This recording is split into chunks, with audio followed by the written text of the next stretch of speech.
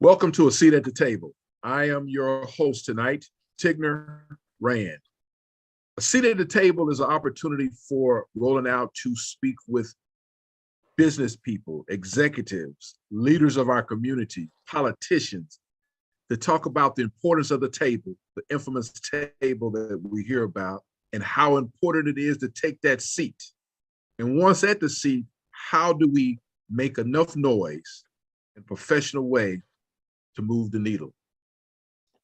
On last week, during our general election on November the 8th, historical things took place in Georgia. A lot of people not aware of what took place. What happened on November the 8th in Georgia, the Democratic Party picked up 3 seats during that general election. So the General Assembly increased their number on the Democratic side. Tonight, I have talking with us to give us a little bit more insight, the Georgia House Minority Leader, James Beverly. Welcome to A Seat at the Table, State Representative Beverly. How are you doing today? I'm doing good, Brother Tigner. Thank you for having me. Thank you for having me. Oh, man, this is exciting time. A lot of people are not aware about this. So give us the little backstory of you and why this last general election was so important for the Democratic caucus. Yeah, so a little bit about me. Thank you for the introduction, but a little bit about me, man. I'm originally from Baltimore, Maryland, moved to Georgia about 25, 30 years ago. Optometrist by trade, opened up a practice. Never thought I was going to ever run for office. But when you serve in a community where you're dealing with kids and eyeglasses, because I'm an eye doctor, you start to realize there's a lot of problems that are happening that ain't their fault. Right? People lose their job through no fault. Their own kids can't see, so they wind up messing up in school. Most of the stuff I was doing, and I would go to the prisons and see people. And a lot of the folk, people don't realize this, but a lot of people who are locked up and incarcerated can't see the board. So, and they know that at a young age. So when you can't see in front of you, at the end of the day, what you're going to do, you're going to mess with your neighbor. You're going to figure out a way. But man, I'm telling you, 70, 80% of people who were incarcerated needed glasses. It was astounding. And so when you grow up in the environment that I grew up in, Maryland, come to Georgia, you're trying to make good on the promise, right? Your community that you're dealing with, you're trying to serve the best you can, and you realize, wait a minute, we're in a bigger game here. And so I went back to school. And I said, well, let me try to get my business right. Went got an MBA. That wasn't enough because then the government changed the way we was getting paid through healthcare. So I wound up going to Harvard and getting a master's in public administration so I could deal with healthcare. And I came back, man, I started understanding finance and all this. Came back, and a guy who was in the seat, I was going through a divorce. It may be too much right now, man, but this is my background. I came and I moved into a community, man, where, my neighbor was on the step, like it's one of those things in the element. And I decided one of the guys who was running for state rep, he retired. So I got out of school, I came back, started knocking on doors. They're like, Dr. Bev, man, we're going to vote for you. And so I came up into the space and I won in 2011. I won in an election, a runoff election during reapportionment. I didn't know anything about politics. I never ran for anything. I was just a doctor trying to do good, right? But I won. And over the next 10, I've been there since 2011, won this election. We went through reapportionment, we lost seats, and I learned a lot through losing. And just learning the system, I say, man, if I ever get that pen, they in trouble. And so having a seat at the table, which is apropos for now, there was nobody, doctor, I promise you, that I know of when I got elected, thought I would ever be the leader, including me, because I didn't come up there to be the leader. I came up here to lead and to help my community. And it just so happens that God's will is unfolding the way it is. Awesome. Awesome. And you touched on a lot of key things that's very important, and a lot of times people are not aware of it. It's the smallest things that trickle down that cause bigger problems. And you alluded to it with the eyes. And so many young people and adults can't see, thus causes other problems, thus cause potentially putting people in jail because now you're not paying attention. So now you become illiterate, ignorant to the fact of what's going on because you couldn't keep up. So I commend you for seeing the pathway to take to be able to at least begin the process of what can I do. And in this case, you were able to be elected into the state representative for the state of Georgia. Indeed, indeed. So last Tuesday, we've had a big election. In some parts of Georgia was worldwide notices of what was going on. But in the quietness of all the hoopla and fanfare, we picked up 3 seats. Why is that so important? Man, so the one thing about the General Assembly that people don't realize, the reason why it's so important, because in the House, you have 180 members, 180 members. And so in the House, in the Senate, you have 56. And so in the House, you have 180 members. So the magic number to get anything done, everybody hears this 50% plus 1, right? So everybody know half of 180 is 90. Plus 1 is 91. So in order to pass a bill out of the House, you have to have 91 people pass it. So you got to get closer and closer to 91. The closer you get to 91, and what happens is negotiations start a little different, right? If I got 90, if I have 120 people and you got 60, we ain't talking. We're just gonna run right by you, right? I got 110, right? And you got 70. We might have a conversation. We have a conversation. Doc, when you got 100, I got 80, oh, it's real, right? Because now you have people who are on the other side of the aisle who may not agree with leadership, who you now start negotiating with the details on how to move forward, right? And that becomes interesting. They say politics makes strange bedfellows. This is where the bedfellows get strange. Okay. Is when the numbers get closer, people start to rightly align their priorities and start to listen to their district a little bit better, as opposed to just running you right by. And that's where we are. So I had to focus. Yeah, there was a bunch of statewide elections. We talk about that. But I was singularly focused, absolutely focused on let's move the dial incrementally. And I've been doing it for years. And I'll show you some trend lines. I've been doing it years. First, I was the chair for 3 years, and then I was the leader for 2. And if you look at the last couple of election cycles, you'll see the trend that this brother was actually steady working, because the trend's starting to go up. And I knew the closer we get to 90, then all of a sudden, man, we got a blended government and we can do some wonderful things for Democrats and our people. Briefly elaborate. You said the trend is going up. What, just kind of drill down a little bit to let people know, what does that really mean when you say the trend was going up? Yeah. So again, I have this. You pull me back a little bit, brother Tick. So in my mind, I started thinking fractions, right? And I think in trend lines and forecast and regression analysis, all that's a part of me too. But in this space, when I look at the trend, what I look at is how many Republican seats. Again, the General Assembly has 180 people. When I started in 2011, there were 105 Republicans, 74 Democrats. It was the highest it was ever. After redistricting and reapportionment, Democrats lost 11 seats. So it went to 116 to 63, right? The next year, Democrats lost 3 more seats. So Republicans got the 119 to 60. Then the following term, it was 119 to 60. And so it was stagnated. And so things called constitutional amendments, which means you can do anything whatsoever. When you get a constitutional amendment, those things were dropping like flies. I remember it. It was horrible, because they could just run right by you. 119 votes, the speaker could cast a vote, it'd be 120 to 60, you're done. And so as you're learning that, and so I go from 74 members to 63 overnight because of reapportionment. Then I lose the following term, lose 60 more. I wasn't in leadership. I'm just rank and file, cat, just, voting the way the leadership voting. And I'm watching it though. I'm learning. I'm in a thing. Okay, I'm learning like David, I make my little stones, you know what I'm saying? And just making slingshots and getting ready, right? But the reality is the trend was going down. And I said, wait a second, something's happening in Georgia. The population is changing. There are more people coming to Georgia, but our trend is going down. So you had population going up. And the census, 1 million people moved in Georgia in the last 10 years, right? A million. 95% of those people are people of color. So you got that trend going that way, but we're losing members in the House going this way.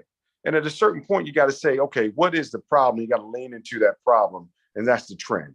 And as I started leaning into it and watch it, What was the I said, problem? okay, What did you see a problem? What was the problem that made you stop to say, this is the problem and we got to eradicate this problem and then make the shift, the change? messaging, in a Okay. word, messaging, right? So so when we start winning a little bit, we start getting population in, and I think a lot of people saw this, but population start coming in. Your message got to be an inclusive message, right? So if you get more AAPI, Latinx, brothers, sisters, right?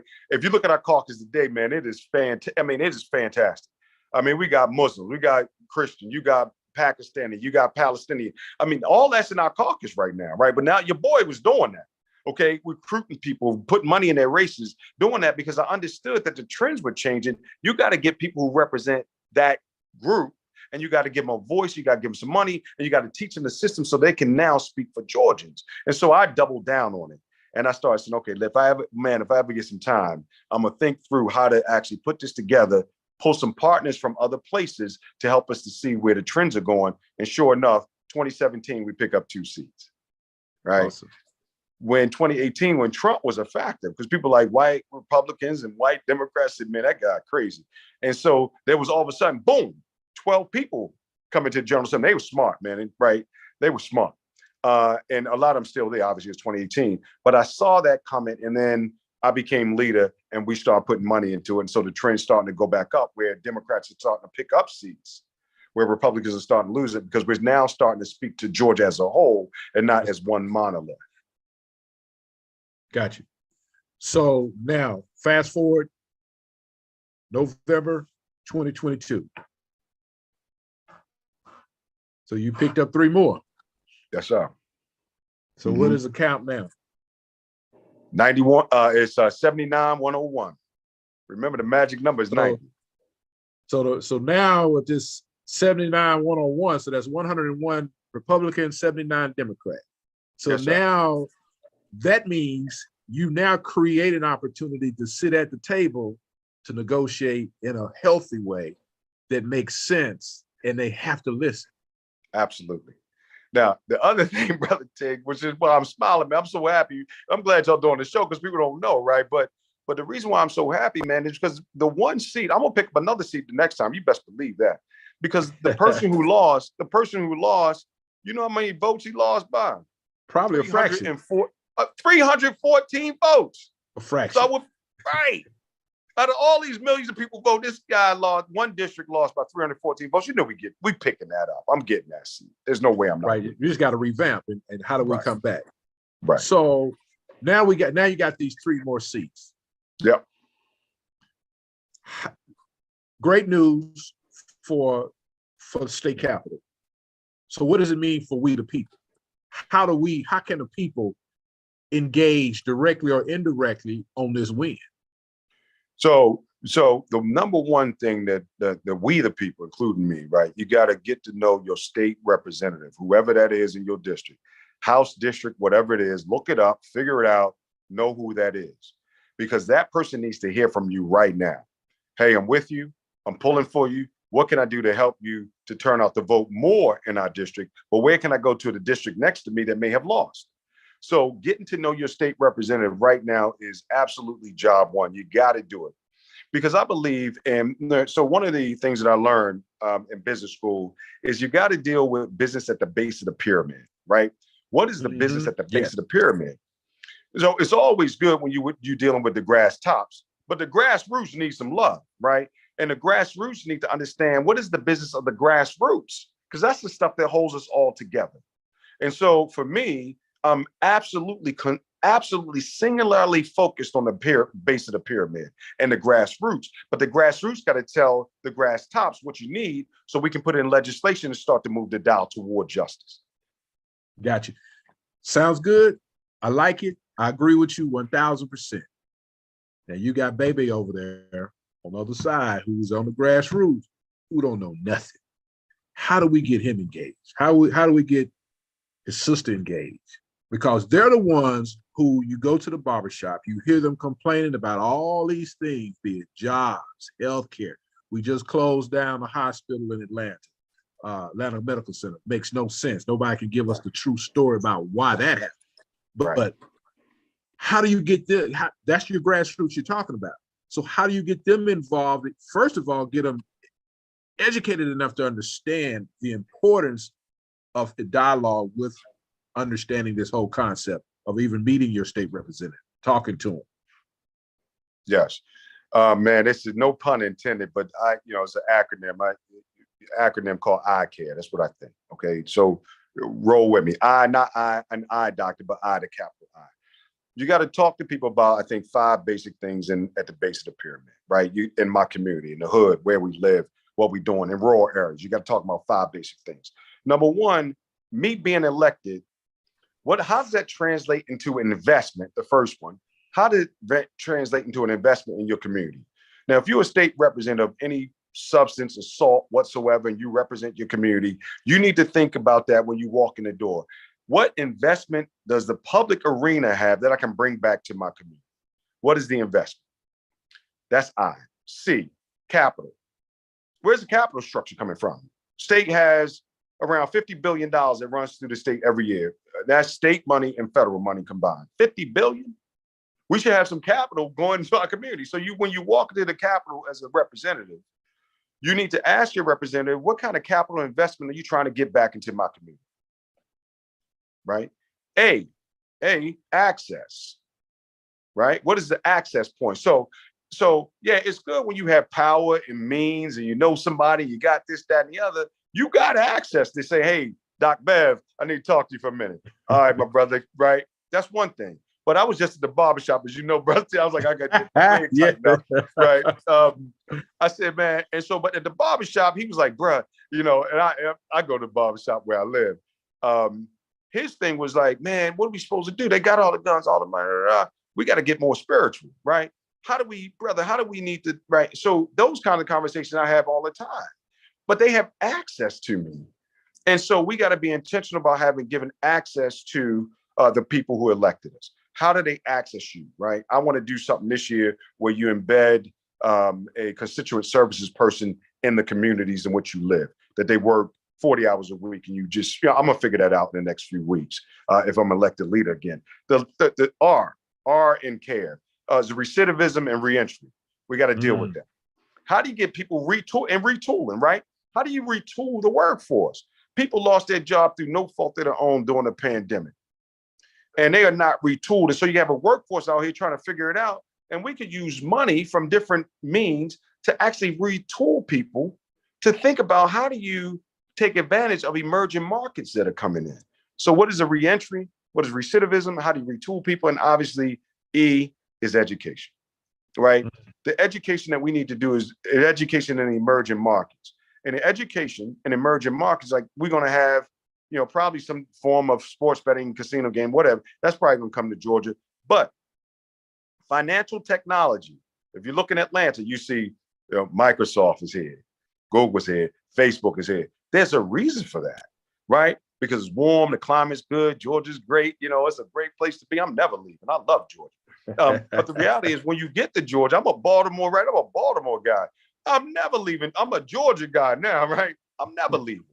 I love Georgia because Georgia has everything you possibly need, but you got to educate our folk for the future, what's coming, and it's here. And so when I say I care, if a state representative represents you, I would say get to know them and ask them, do you care about me? How do you care? And they better say I care because I'm training them, right? Especially Democrats. I care. Here's what the investment looks like. Here's what the capital looks like. Here's what access points look like. Here's what reentry, recidivism, and what does retooling look like. Here's what education. Here's what I bring to the table. So elect me, empower me to bring this to you. And I think we can find some symbiotic relationships with one another so that we can continue to move forward. Awesome. That's a great acronym. Based on that acronym, what are some of the things that's on your docket now that's being discussed across the board with the caucus, and what can we anticipate some of the goals going into the next assembly? Probably 3 things, 4 now, because there's a bunch, but I'll tell you the top one. The top one for me, without a doubt, bar none, is expanding healthcare to all Georgians. You got to have it. Because all that stuff I'm talking about is all fine and good until you get sick, right? You get sick and you ain't got no. Amen. Yeah, man. Game change. The Game game changed. changes. It just went on pause, right? The game just went on pause. And so for me, is you really have to think about what does healthcare look like in the state of Georgia so that everyone has access to healthcare. Now, there's some fundamental arguments. Is it a right? Is it a privilege? No, it's a necessity. That's what it is. It's a necessity, and we got to treat it that way. So one of the ways, it's a necessity. right? It's a necessity. Yes. Now, right, privilege, that's some foolishness that politicians talk about, right? Well, I can argue those points all day, but it's a necessity. It's like breathing. You got to have that because the number one predictor of health outcomes is whether you have insurance or not. It's not whether you're sick. It's whether you have the ability to have someone take care of you and not lose your shirt by trying to get well. So you got to do that. And the way that we can do it is extend Medicaid to working families, right? It's not you got to expand Medicaid. No, Medicaid already exists. How do you extend it to people who are working? Extend it. And everybody trying to figure out how to work. Some people who can't work, okay, they got their benefits and we'll take care of that. But how do you extend it for that group that's 21 years old to 64, 65? How do you extend those benefits so that no matter where you go in Georgia, right, you are right if you get sick? That way, the hospital that just shut down, see, for me, it's a failure of imagination by the governor. Now, I know the governor, and I'm gonna have to, we're gonna be getting after it, I'm sure. I know the lieutenant governor, I know all those guys. And I'm absolutely diametrically opposed to them. But they have a failure of imagination when it comes to extending healthcare to everyone. Anybody should be able, in Georgia, you come to Georgia, one thing you should know is I'm gonna be all right if I get sick. I'm gonna be all right. If I lose my job through no fault of my own and I get sick, I'm gonna be fine. Because Georgia is somewhere, right, where we can do that. That's one. So that's one thing that I will absolutely focus on. I will be relentless as it relates to extending those benefits to all Georgians and anyone who comes to Georgia legally. I'll say that for your folk, right? Legally to Georgia. We will absolutely make sure you have the coverage you need. The second thing we got to focus on, I think, is an emerging market, is casino gaming and sports betting. Look, man, Jersey, we got these great teams, right? The Braves, out. I mean, you name it, Georgia. I mean, go Dogs, right? We got all this wonderful pent up demand for sports in Jersey. And I think Jersey does $1 billion a month in revenue in sports betting. $1 billion? A month? $1 billion. Yeah, $1 billion. $1 billion. Wow. Jersey. Wow. That team, they ain't got the Dogs. They ain't got the Falcons. They have really don't have no teams. They used to have the Nets. They used to have the Nets. They left, but they still generating $1 billion on sports betting a month. Come on, man. Come on, man. So what I'm saying is when you have that kind of money coming in, you got to think about, because there's a lot of demand for it, right? But you got to make sure that if that money comes in, that all that money doesn't go to education. Look, I wanted to go to education. You got to do pre-K, you got to do all that, but that's a lot of money coming. And so, yeah, you could diversify that into. There's a lot of different pockets that they could be diversified into, i.e., health. Yeah. So some of this that could subsidize some of the things that our governor is complaining about because he doesn't want to have this, that, and the third. So, well, you can subsidize. You can put $3 billion or $4 billion or $40 million over here or whatever. Yep. And help subsidize some of that so it won't be all federal dollars coming through the pipeline. That's exactly right. So thinking that through, right? So if 40% of the people go to college and 60% don't, then again, what is the economic development opportunity that comes off of that money? Because 60%, 6 out of 10 people, and the way I live is probably like 8 out of 10 people don't go to college, right? But the reality is you got to think about, how do you then incentivize a person who's working? I've been thinking about this mulling over for a couple of years once it popped up. It's like, how do you incentivize people who maybe lose their job, whatever, to stay with it and say, when I get retrained for a couple of weeks, I still can get something while I'm trying to improve myself, right? There's so many ways in which you can deploy this money. How do you do after school programs? Each community should have a community benefits agreement with this new emerging market. And so we got to focus on that because it's a real opportunity that doesn't require state money. It doesn't require us investing in anything. That's money coming in that we need to make sure that we retool it in a way and move it, appropriate it in a way that helps everyone. And we can do that. So those two. And then awesome. The last one is fintech. So Okay. the last one for me is fintech and emerging markets. How do you really deal with emerging markets that are coming to Georgia? It's coming whether we want it or not. It's here, right? How do we retool our educational space so that those kids, so that coding becomes a second language, right? So you taking French and Spanish and whatever, okay, that's cool. That ain't gonna get me no gig. I mean, it'll get me something at a restaurant maybe, right? But it ain't gonna get me something to sustain my life. But if you made coding a second language, and you start teaching people in elementary school and middle school coding as a second language and giving credit for that, man, you have a tremendous workforce in the next 10, 12, 15 years. Tremendous. And so I'm going to be focused on that as well. Wow. All sounds good. I like the way you're talking. I hear the imagination. I hear the vision. How do you get the caucus to be on board? Because with all things, you always got a divided house, even within the house. Always. What I try to do, and I've learned is I've been a leader for one term, and my results are my results. You can't argue with a brother's results. You can argue with everything else, but you look at the scoreboard. So like, facts in black and white. Yeah, he put up some numbers now. He put up some numbers. I mean, I might not, but he put up the numbers, right? So for me, the one thing you have to do in leadership is you got to focus solely on the work. The work is the most important thing you can do, right? So whatever that work is. And when you have different people with different ideas, the work is not always defined.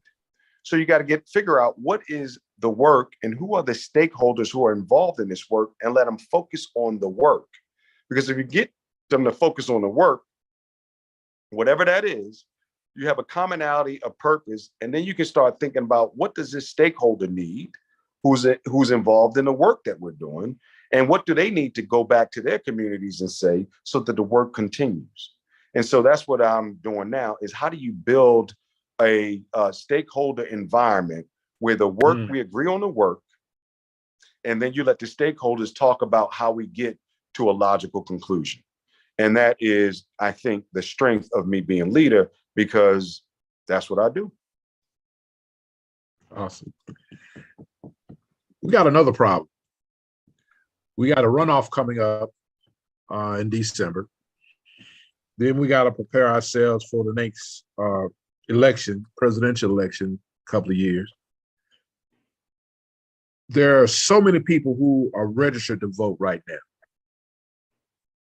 And they talked about all the people who came in and voted, and, absentee voting, early voting, whatnot, which is great.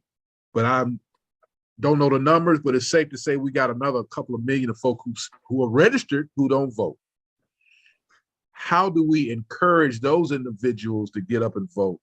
A lot of emphasis is always put on every election. Are you registered to vote? Are you registered to vote? Nothing wrong with that. I'm with that, because you have new 18-year-olds every year coming up. But what about those millions who are registered and have not voted one time between the ages of 21 to 65? How do you get their attention? Man, so now you make me smile, bro, because I feel like, nobody knows this is not scripted. This is completely unscripted. I don't know. Right. We just going for it. Right. We're just two guys talking. But what's exciting about that question, man, is you nailed it. Boom, you hit the nail on the head. And that is, you have to have a concerted get out the vote effort that doesn't start 5 weeks before the election. Never. You got to have a concerted get out the vote effort that starts right now. So, okay, the runoff will go, people go through the holidays, and then that get out the vote thing begins, right? And the get out the vote is sophisticated. It's not that sophisticated. You got to remind people, hey, look, you got a registration. Hey, we're doing this. So each state representative, in my book, hey, y'all better make sure that the people who are not performing, the underperforming people, we know who y'all are. Go knock on the door. Go knock on the door. Go say hello. It again. A lot of people don't realize there's a line of sight that you can go, you as the politician can go pull and say, you know how many times I voted. Yep. Over the last 10, 15 years. Yep. Yeah. You know what I voted. You may not know who I voted for, but you know what I voted. Yep. Absolutely. And I don't want to give away too many more secrets because, you know, the Republicans ain't, I mean, I don't know who's going to hear this, man. So I'm going to go ahead and, but yeah, there's a way to do that. There's a way to, but you got to say hello. At least start with, hey, hello. I mean, ain't nothing wrong with saying hello to somebody, you know? Exactly. And so I think at least you start with a hello. And I'm going to be very intentional about saying hello to a bunch of people real soon. Okay. Well, tell me what you're doing. What organizations outside of being a representative, what have you created to help move the needle in your district? Yeah, man. Yeah, thanks, bro. You know, when I first got elected in the General Assembly, and so you know, I'm in Macon-Bibb County. And I got elected in General Assembly in 2011, and I had gone through this course. I think they have it all over the state, but certainly they have it in Atlanta. They have it in Macon called Leadership Macon. I wound up going through Leadership Georgia, and it's just so you can get to understand the community and so forth.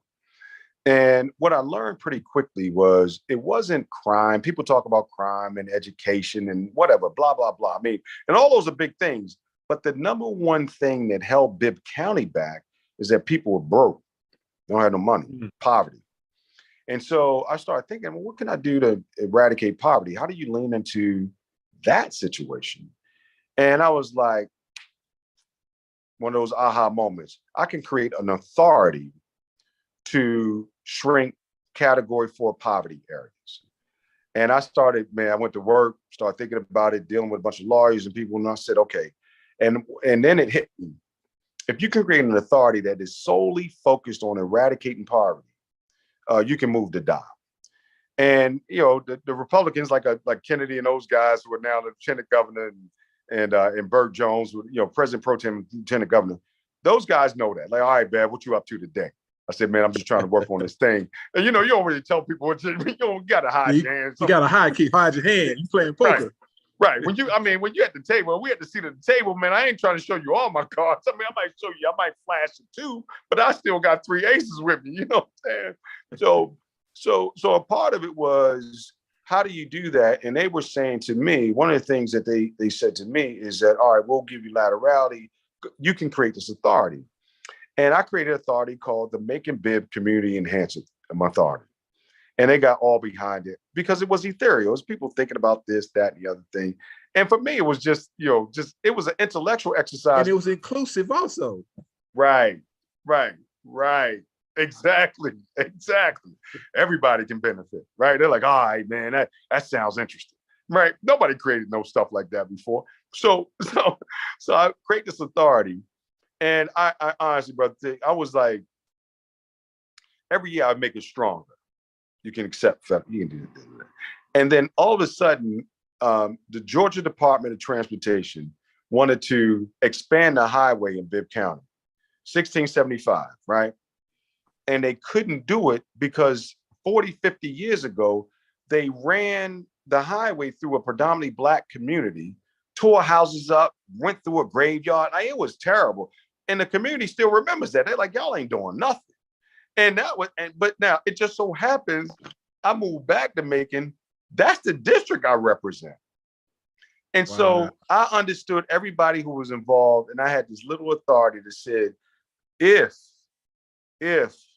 y'all are willing to preserve houses, move houses, and we get them out of the byway, and the community had done all the work, not me. I was just a representative. They'd done the work, but I understood what the needs of the community were. I said, okay, there's an authority that we have that I created. I didn't know it was going to ever merge. I didn't know that. And what happened was once I talked to the community said, well, we need a vehicle to help us to tell the Department of Transportation and the federal government what we need and enter in the authority. And I said, yeah, man, that's God. That's why I said, man, whatever God will allow, brother. My brother's smart, but I ain't that smart. I mean, come on. No. God can move all kinds of mountains. All kinds of mountains, man. I just seen it, right? And so, but one of the stipulations was, you always got to do some internal work when you do this stuff, because the internal work is, you can eat, but if you eating and everybody else starving, you're gonna get robbed. So make sure everybody else eat. Right? I mean, make sure everybody else eat. And so what I said, and that's the Baltimore in me, man. That's, it is what it is. That's but, real talk, though. right? That's real But talk. it is, man. I mean, if you only eating, come on, man. You got 100 people sitting around you eat like a king, and at some point, like, okay, I'm gonna get hungry enough. Let me go see what Bev got over here. I'm gonna take me some steak. Then you have a choice at that point. All right, bro, you can come join my table. I'm gonna feed you, but then once I get you full, it goes back to the principle of Christianity. I can't force Christianity or God onto you, but if I at least meet you where you are, if you're hungry, let me feed you. But once I feed you, let me teach you. Yeah. Then by example, you start saying, well, this brother's real. Yeah. I'm leading by example. At that point, you're going to listen to me. Yeah. I can't beat it over your head, even though you're trying to get me to understand, bro. I can get you a job and get you this too, and you can eat every day like me. But I'm going to feed you first. Yep. Yep. Yep. That's it. That's exactly. I mean, we the same, right? I tell people, man, I tell some people in the caucus, I'm the same as you. I might be the leader, but I'm you too. Right? I'm you, me. So we're going to have the same kind of energy with each other. So for me, the truth of the matter is that I created this authority, and the stipulation was that everybody had to make at least $15 an hour, and all the workforce that was moving houses and rehabbing houses, they get first rights of refusal to work. And so we moved 7 houses, and then we started building houses. And then I said, well, wait, man, money's coming off of this stuff. Why don't we put all these guys through technical school and teach them plumbing, HVAC, electricity, right? Like, so I can really I got you now, right? If I teach you a skill. Working. There it is. There it is. So now we teach you a skill, and then, man, so I don't know where this goes. And I'll tell you this. So it started, and this was like 2016, 2017. So if you drive through Bibb County, and I encourage your audience, drive through Bibb County, all that stuff y'all see, that's me orchestrating a thing where they're like, okay, right? Because that is real. And DOT gave me his, y'all can keep the war. So all that 1675 highway work that I see, then when it goes over, what's the other one? The other one, when it splits off at 75, you still doing work that way too? Yeah, that's me. That's my district. Okay. Yeah. Right. Yeah. So now, like you said, oh, wait, man. So I'm thinking about something bigger, right? I didn't know this was going to happen. But when I got into a place to negotiate with these guys straight up, they said, well, we got to go through this guy. And we yield. Go ahead and do what you got to do. Now, so that started like 2018. So I'm like just doing my thing. Then I become the chairman of the caucus. Now, and a lot of people don't know this. So even members, people who listen to this, they're not going to know any of this story. Because we have this conversation, but because I'm not out there like, hey, look what I did. That's not who I am as a human being. I just get the work done, and and have a good time with my friends, right? So the reality is that I'm not out here saying I'm this, I'm that. I could care less. What is the work that we need to do to help our people for real? And if you have power, so I'm a firm believer that real power does not care about you. Power only cares about itself. But if you have the ability to move it a certain way, move it toward the folk that need it. And then when your time's up, it's up. But you can't contain it. It'll kill you try to contain power. But you can help move it. And that's what I did with the authority. And so what you see, the highway and all that stuff happening, is because I was able to hear what the community said, stand on the shoulders of people before me, listen to them, and say, I think we have a vehicle to move forward. And that's what's happening. And the Making Bibb Community Enhancement Authority has been doing that work. The real problem, so I won't leave on sort of that's a great thing. But the problem that happened is we started to do this. I'm feeling good. I'm feeling like, yeah, man, I didn't COVID. Yeah, that was a gut punch right there. Yeah. And so all of the stuff that we were doing, that houses stopped moving, the economy grounds to a halt. And so now I'm trying to figure out, how do we now retool so that we can help people who lost their job through no fault of their own? And now what do we do now? And so, I'm 54 years old. I was going to say I'm 27 with all this gray hair, but it ain't going, it is what it is. But now I'm at a place. Gray hair is wisdom. So you could have said you was 27, and that means you was a wise 27-year-old. Yeah, right. Yeah, but unfortunately, I'm 2 times older than 27, right? But yeah, this gray hair, man, is because I constantly think about, how do we use this moment to help people who look like me and those who don't, who just trying to get on. And so that's my job for now until God has to do something else. Awesome. In closing, what any last words that you want to say to the people? Anything that you think that will be of value for us in regards to anything we talked about? Yeah, man. The one thing is stay engaged. Don't lose hope. Please, please, please stay engaged, stay engaged, stay engaged, stay engaged. And you can start today with calling your state rep. Figure out who your state representative is. Because if you listen to this, they got to talk to me at some point. And you know, and when they talk to me, please have a couple questions. Keep I care in mind and ask the tough questions. How are you helping me to care for myself and my community? If you do that, it'll bode well over time. And the trends are going our way now. We're going up. We're going up. So please stay engaged through the process and we'll be all right. Awesome. In closing, I like your I care. And I'm going to have to restate that, you know, just continuously repeat that I care, because one of the things that I always tell people that people don't always understand it. When it comes to voting, what is your representative doing to help you? Right. That's where it starts. And that's part of your whole I care part. Right. You know, me talking to you or at least reading your agenda, say, okay, Brother James here, he's in line with my beliefs. And so at that point, at least on paper, I'm in line with you to vote for you. Right. And I think that's probably one of the biggest problems that people, when it comes to trying to pick someone to vote for, they either trying to vote straight down this ticket, or you're not looking at how they're going to help you as an individual, then as a family, then as a community. And it's pretty much in that order. Then you take that on up to the state level, from the local level to the state level to the federal level. And you look at each one. How is my local representative going to take care of my community? How is he going to help me based on everything he said? I lost my job. How's he going to help? How's the state going to help? Then you go to your go up to Washington. How are they going to help? That's the key. I care should be branded. I care should be branded and used as a tool to help people to get the simplicity of understanding why it's important and how to look at a person as your representative. Amen. Amen. That's it. That's it. That's it. That's it. That's it. Yeah. Ladies and gentlemen, we've had with us today State Representative James Beverly. We've talked a little bit about what's going on in Georgia. As he stated, get in contact with your state representative. Find out who that person is, he or she. Try to know them, get to know them, find out what their agenda is and how they best can represent you as an individual, as a family, and as a community. And this is what we do at A Seat at the Table, bring thought-provoking information to you so it will be able to help you and be a tool to better educate you in your daily life. Thank you again, State Representative James Beverly, for your time and for your knowledge. Until we meet again, make it a great day. Be safe. This is Seat at the Table.